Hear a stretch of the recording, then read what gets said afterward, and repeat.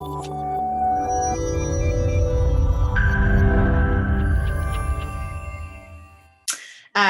am very excited to be moderating. My name is Barbara Brown Wilson. I am an associate professor of urban and environmental planning at the University of Virginia, and also one of the founders and now the faculty director for a center that was founded by a civil rights attorney. So the name says what we do. It is the Center for the Redress of Inequity through Community Engaged Scholarship.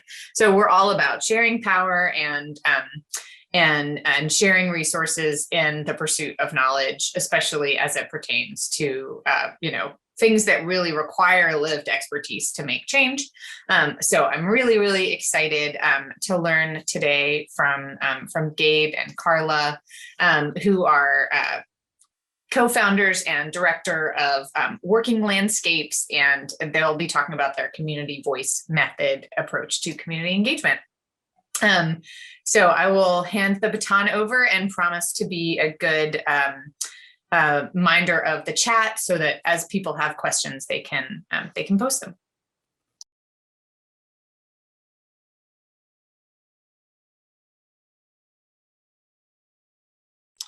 Thank you so much, Barbara. Hello, everyone. Great to be with you today. I'm really pleased to be part of this. We're going to be talking today about using film in participatory rural food system planning, with focus on an approach that we use called the community voice method. And let me put us in slideshow. Yep, there we go. So what we'll cover today is just an introduction to ourselves and talking about our quest for better stakeholder engagement through the community voice method, a case study of community voice in rural North Carolina, where we live and work, talking about linkages also to the principles of equitable collaboration that are the focus of this summit, and talking about lessons learned and limitations of the approach that we've taken. So just a little more introduction to ourselves. Carla and I are married, which is why we're actually here in the same room, see? And we are, as Barbara already explained, leaders of a community-based nonprofit organization in Warren County, North Carolina, just across the border from Virginia. And on this slide, you can see some other things that we are. So the problem that we wanted to explore today is one that I think many of you are probably interested in as well. How can we do better stakeholder engagement?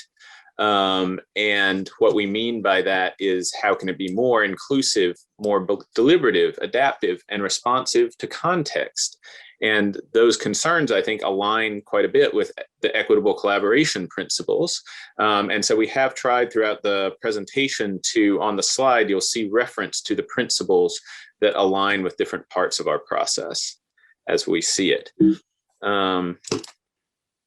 So the community voice method is an approach to addressing this problem with stakeholder engagement that we've developed. And it's aimed at fostering more inclusive, productive conversations about natural resource management decisions. That was sort of the intention of this method. And it has 4 basic steps to it.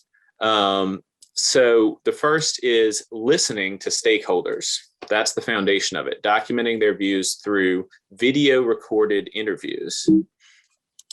The second is analyzing the interview data to identify emergent perspectives and narratives that come out from across the interviews. Then we use that as the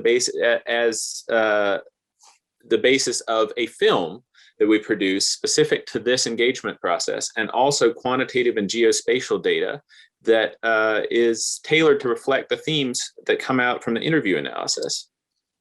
Next, we facilitate structured public dialogues through which stakeholders can respond to the film and data that's been created and identify solutions to the challenges identified. So we've actually been working on community voice since 2004. And have used it in a broad variety of settings across North Carolina and also internationally.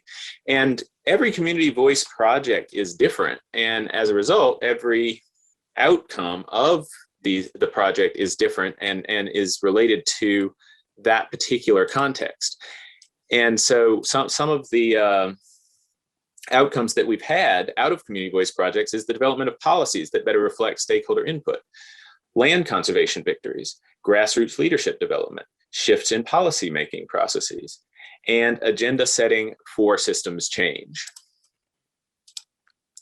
Now, the case study that I'd like to focus on today is work that we've done using CVM to set an agenda for food system planning in rural North Carolina. So this is the setting in which we began this process. Warren County, North Carolina, a little more than a decade ago, 2010. Warren County is where we live and work.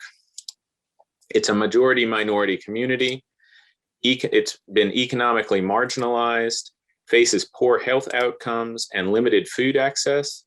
So there are some challenges that the community faces.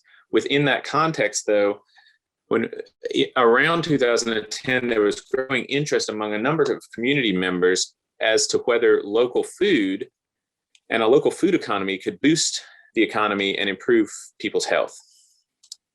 But at that time, there was no county-wide conversation on the topic. So this was an area where we thought the community voice method could contribute. So we launched a CVM project with the goal of exploring opportunities for and obstacles to growing the local food economy.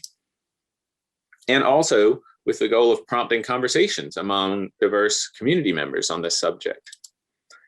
Finally, we'd also just started our new nonprofit organization in the community working landscapes. And we hoped that this community voice project would help set an agenda for our organization because we wanted it to be truly responsive to community priorities. So walking through the steps of the process, the community voice process that we used, again, the beginning is individual interviews with stakeholders that are video recorded. To identify the stakeholders in the video, we use a hybrid sampling strategy. One part of it is snowball sampling, which you may be familiar with, which is basically a process of identifying respective voices in the community through peer referral. So you talk to an individual, they may recommend some other individuals for inclusion in the project. Those may recommend others, and so on, so that you are reaching further into the community in that way. At the same time, we also use purposive sampling to ensure that subpopulations are included in the sample that are representative of the population of the county in terms of race, gender, age, geography, and stake in food system. In this case, we wanted to make sure that people with different relationships to the food system were represented. This is aligned with the principle of inclusivity. So in practice, this is what it resulted in, which is 55 interviews with 70 individuals in Warren County. Here they are. And that also produced 80 hours of interview footage.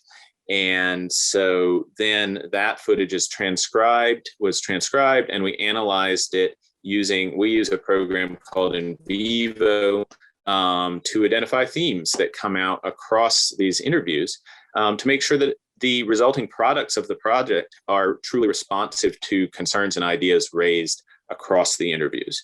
So this is sort of a visual representation of what that looks like. If you take our total set of interviews, a given theme might have been expressed across a subset of these interviews. See all of the ones that have been selected on the screen. For each theme or important topic that rose to the top there, we select a single clip from a single interview to be an exemplar of that theme. Or it might be more than one exemplar, but in this illustration, it's one. Then those exemplar clips are sequenced with each other to produce a film. So the film is literally in the voices of the community stakeholders expressing views that have emerged out of the analysis. Now, our CVM films typically range in length from 15 to 30 minutes, and we do aim to include every interviewee that we talk to in the film. This is, again, on the principle of inclusion. At this point, I'd like to share with you an 8-minute clip of our Growing Opportunities, which is our film from this Community Voice project, because I do want you to hear directly from some of the community members who participated Do let me know if you're having any trouble hearing. You may need to adjust your audio, but hopefully it will come through okay. While Gabe is pulling that up, I'll just say that we had a longer film, and this is a shorter version of it. So it does not include everybody, but it was designed to be a full little story on its own. Yes.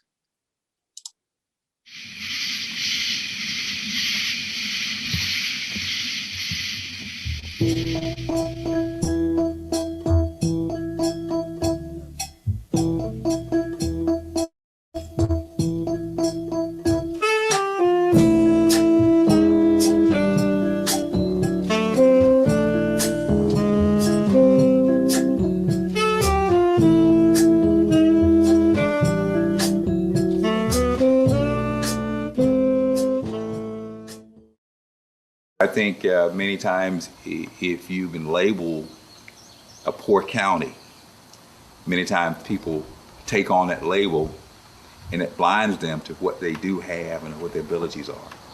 We're not poor. We've got lots of resources. We got skill, we got land, we got people, and we're not taking advantage of what God has blessed you with. I look at the assets that we have. People joke about the soils we have here, but you can actually grow almost anything on the soils in Warren County if the soils are managed properly. It's got abundant water supplies. I'd say the one big change is the number of farmers. The number of farmers has gotten fewer and fewer. The ones that are left, most of them have gotten bigger. I told you the cantaloupe sheds was there. They're no longer there. Well, one is there, but it's not functioning. You had a cucumber shed, that's no longer there. You had tobacco warehouses, that's no longer there. I mean, all of it is gone. They may go, every direction. Rock Rapids, Henderson, there's mass exit out of this county in the morning. And consequently, the main streets dried up. You can't even get a pair of socks in this town. Challenge is trying to make this place survive. This whole town, the whole county. One of the byproducts of fewer farmers is that we have a high rate of diabetes, and it's from unhealthy eating habits in the community. All this import in here, transporting stuff from Florida and places, is coming in here, and people think it's more easy to buy than it is to work it, but we need to be taught that we can make something here on this land. It doesn't make any sense to spend the fuel to haul stuff that you can raise local. I'm not interested in displacing some another North Carolina grower. I'm interested in displacing the California grower, displacing the Florida grower. They don't have to pay any more for it. They just have to be willing to pay it somebody local. But we're close enough to major areas like Raleigh, Durham, Chapel Hill that is where our market ought to be. So when you say local, let's think more within a 50-mile radius, 100-mile radius, not just within a county. Transportation is a little bit of a factor. Cooling systems, storage facility, it all has to be set up in order for growers to pool together here in the county. Then those growers, ever who they turn out to be, need to have one location they deliver to here in the county. Once tobacco, they stopped growing tobacco, that's when the farms just laid. It's nothing to do. So I would love to see them invest time and energy into other products. Because during that time when the land was acquired, it was not easy to acquire the land. So I would like to see the land still being used. I think people have to realize what it is they have. It's a lot of land in Warren County. And I believe as the economy and other things get to where they are, people are going to have to stop and say, okay, now what have I got here? What can I do with what I've got? If you have a garden, you eat healthy. But not only do you eat healthy, but it takes energy to work the garden. So it gets, the kids out of the house pushing buttons on, on these games to come outside, and it also educates the mind because they learn how to grow, how things grow. I'd like to see more agriculture in the county, more diversified agriculture other than, the normal basic crops that are raised around here. I'd like to see a few more other crops brought into the county. And I mean, I'd like to see some more industry come back into the county because it would be more money to spend locally on locally raised products. I hope that, a lot of the green space will be preserved over time and managed in a way that it can continue to provide economic, strength to the community. I hope people will continue to be thoughtful about how they manage the resources here, so that we still will have a rural character, but with a few more amenities. That instead of the big chains, I think that Warren County would probably do better with the mom and pop businesses, because more of the money, I think, would be back into the community. My vision for the future of Warren County is that Warren County will become the epicenter of slow, exquisite food. I just love to see stuff growing and be able to share it with somebody else. That's just my vision. I would love to see something growing on this farm and be able to share it with somebody else. So I do think Warren County can not only become competitive, but can be uniquely a new leader in agriculture. We're hanging on now, and we're not hanging on very strongly. As people say, it's by the grace of God we are still here. Well, I think that God gives us grace and confidence to move beyond where we are. And I would like to see Warren County see agriculture as a way to do that. Maybe that all families have their own garden. Could be a vision. That the fresh vegetables and fruits we grow, we'll serve them right here in the schools. Could be a vision. That the restaurants that are here in the community would be able to use those fresh vegetables and fruits.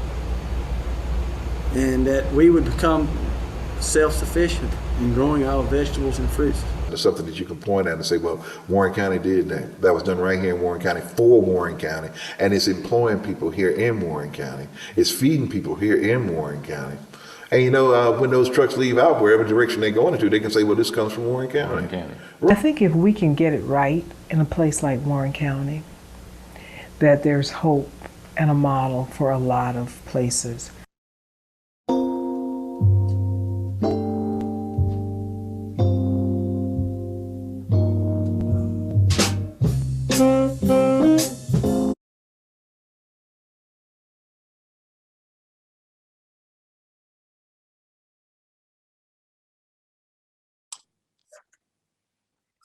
All right.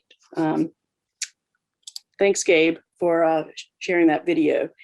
I'm Carla. Nice to be here. Nice to see all of you. I'm going to do the second part of the presentation. So in addition to producing films, a film like the one you just saw, we also would work through our Community Voice project on developing maps or data analysis about the topic at hand that we can share with people. Here are a couple of examples of things that we produced about agriculture in Warren County. And the final step in the Community Voice process is the facilitation of stakeholder dialogues, bringing people together. We begin those presentations, workshops, typically with the presentation of maps, and then we share the film that's been produced. And that moves directly into small group discussions that are used to solicit sort of feedback and ideas from all of the participants in the meetings. Those ideas then get sorted and ranked by the participants themselves. In Warren County, we held the same workshop 3 times and attracted a total of 134 participants in those meetings. And across those 3 meetings and the ideas that were generated, really the community sort of wrote their own agenda for food system action. The top goals that were identified, the priorities that came out of that process were these 3. First, building farm to fork infrastructure, things like cold storage, transportation. Assisting small farmers was the second priority. And the third priority was consumer and youth education and engagement. Those those three priorities really have informed our work over the last decade, and you can see them in the local food initiatives that Working Landscapes is working on today, but also things that partners are doing. Just briefly, in terms of building farm to fork infrastructure, we have developed a food hub that has cold storage and has supplied fresh cut, locally grown vegetables to 90,000 people across 20 counties. We've worked with more than 70 farmers to increase their access to small markets, including help with food safety and farm safety certifications. And we've worked with school districts across our region to engage more than 13,000 students in healthy local programming, school gardens, cafeteria activities, and school lessons.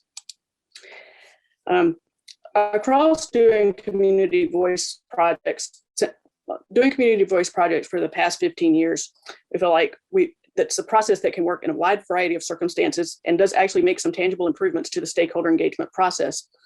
Why do we think it works? In preparing for this presentation, really reflecting on, the reasons community voice works are really aligned with a lot of the principles of equitable collaboration. Each community voice project is shaped by local community views. It's very responsive and adaptive to the specific context. The interviews in the film ensure that quieter or marginalized voices that might not predominate in a typical public meeting actually are in that meeting. People who might not have come to public meetings at all can have their voices heard. And we've heard from, the vast majority of people who participated in workshops over the years. They individually feel heard participating in this space. The film also allows the Community Voice Project to bring in more personal and reflective characteristics of interviews into a public space where there's a meeting. And as you might have experienced, content within a public meeting, sometimes there's a sense of confrontation, there's discomfort, people are not necessarily happy to be there. But in interviews, people are open, they're reflective. And the film brings that tone to the meeting and changes it for the better. And throughout the process, we work to encourage participants to see other people in the process as multifaceted people, not just proponents of a single point of view. Limitations of this process include time and resource constraints. You see, it's, having 80 hours of interview footage to work with means you're spending a lot of time doing it. So it's relatively expensive, and we feel that quality engagement is generally undervalued. The number one complaint about the community voice meetings from participants themselves is that the meetings are not long enough. As they're conversations that many people won't have not had space to have before. Another issue is that the scale of the issue under consideration might not map to the scale of the project region. So that's just something you need to think about. And finally, changing the interpersonal or power dynamics within a meeting doesn't necessarily change them after the meeting. Having said that, we've seen over time that participation in this process has built grassroots capacity and helped new leadership grow. And so over the long term, in many cases, people do feel more empowered to participate in systems and work to make longer term change. Thanks so much for the opportunity to share our work. If you want to know more, here's some citations and websites you can check out. We've also got our phone number and email addresses on the screen. We'd be glad to hear from you directly. Thanks very much. Thank you all. This is so exciting. I teach these topics, and I'm gonna immediately read and cite your work. So I'm so excited to have been exposed to it.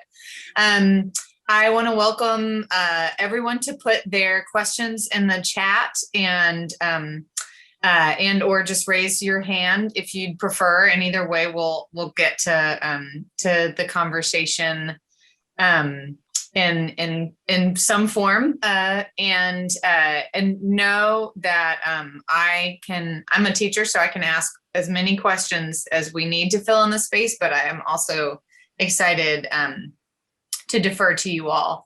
I will get started okay, good. John, ask your question. We're ready for you. Sure.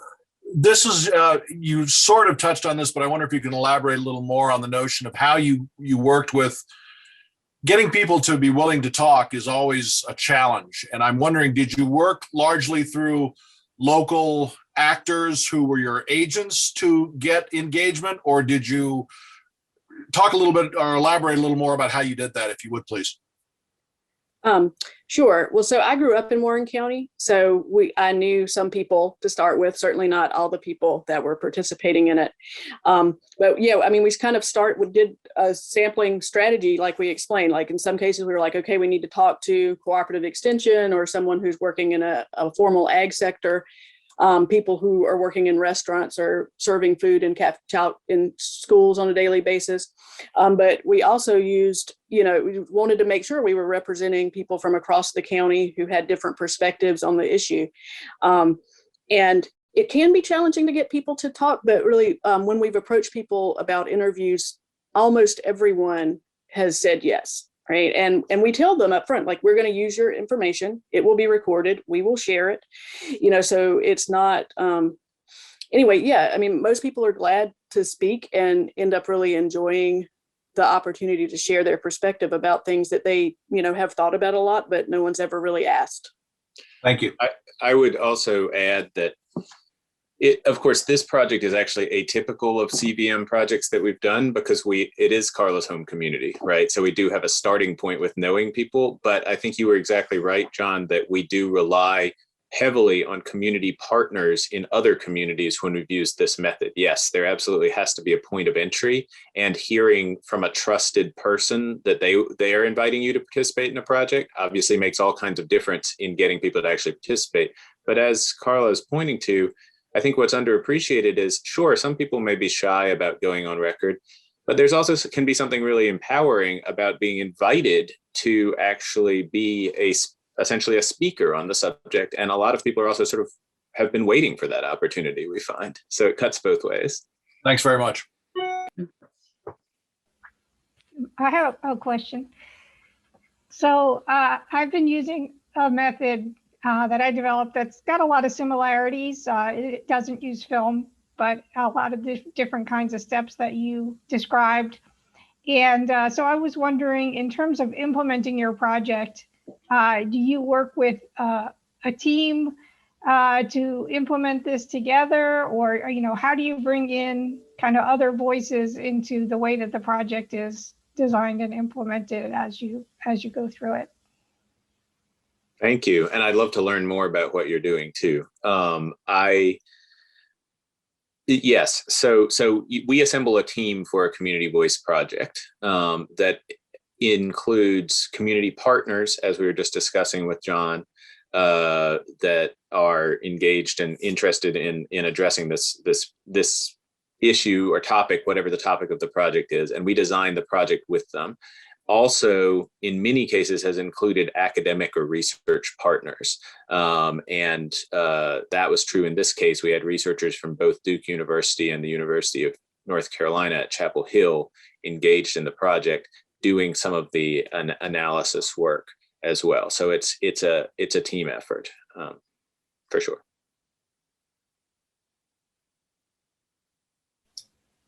That's great. I have a follow-up question that kind of ties in with John's. What's your starting question? Your go-to, to icebreaker question as you're starting an interview? Well, there hasn't been a single one we've used over the whole lifetime of our work, but one place that we like to start is to actually ask people to locate. We're typically doing, it's important to understand that we're often doing the interviews in a setting that's personally meaningful to the people being interviewed, right? Obviously, this was pre-COVID days when you could actually go places. And so we will be in someone's home place or on their farm. And so asking the interviewee to actually kind of locate us by just telling us about the place where we are at the time of the interview, I've found to be a productive method, because it's paying attention to something that's important to them, and also something that they just know inside and out, because it's themselves. So that's a good place, I find. In general, the kind of arc of the interviews is to start by grounding in sense of place and values. Like, what do you value about, this place, your life, your livelihood here? Start with that. Then we move into a section focused on changes and challenges, and then finally toward visions for like where people want to go. So it's a sort of, and that actually anticipates the narrative arc that the film is going to take, because it's a narrative. Basically, it's setting the scene. There's sort of a problem development portion, and then what we call a coda, which is reflecting on what's been said and pointing toward the future. That's great. Other questions that folks have? We probably have time for one more. Thank you, Emily, for sharing your work. I'm excited to read it as well. Okay, then I will take moderator's privilege and ask one more question, because I've got plenty. In terms of the workshop at the end, talk us through like the special bit of knowledge that you've gleaned. What's the special sauce of making those work? Thanks. So there are a couple of pieces of it. One is we usually provide food. I mean, that's a no-brainer. But we, start with food. In some cases, we mix people up. So if they come in with a group, we kind of mix them into sitting with others so that they, just get to meet new people, because that's part of it. I think a really important piece is that we start with a presentation and then we move directly into the small group discussions. So there's not an opportunity for people to respond at that point to what they've seen and heard. And the reason for that is if someone is grumpy in the meeting and they get up and they say a grumpy thing, then all the work to try to create a more reflective space is lost, right? And so we want to move people into small group discussions where they're sitting around a table with people in a much more comfortable setting and get them to talk then. And I think that's the key, is just like, that's a tightly structured thing, but it works. You got to move them to a small group and people are just more comfortable in that setting. And then you can move back out. Yeah. Everybody will speak in a group of 6. Not everybody will speak in a group of 60, right? I mean, it's pretty basic. So if you open it up to the full sort of plenary forum right after the presentation, the people who are comfortable in front of 60 will be the first ones up and speaking. So we want to circumvent that and go straight into a setting where everyone can respond. That makes so much sense. This is wonderful. And if y'all are not following the chat, Emily is also giving us some invaluable resources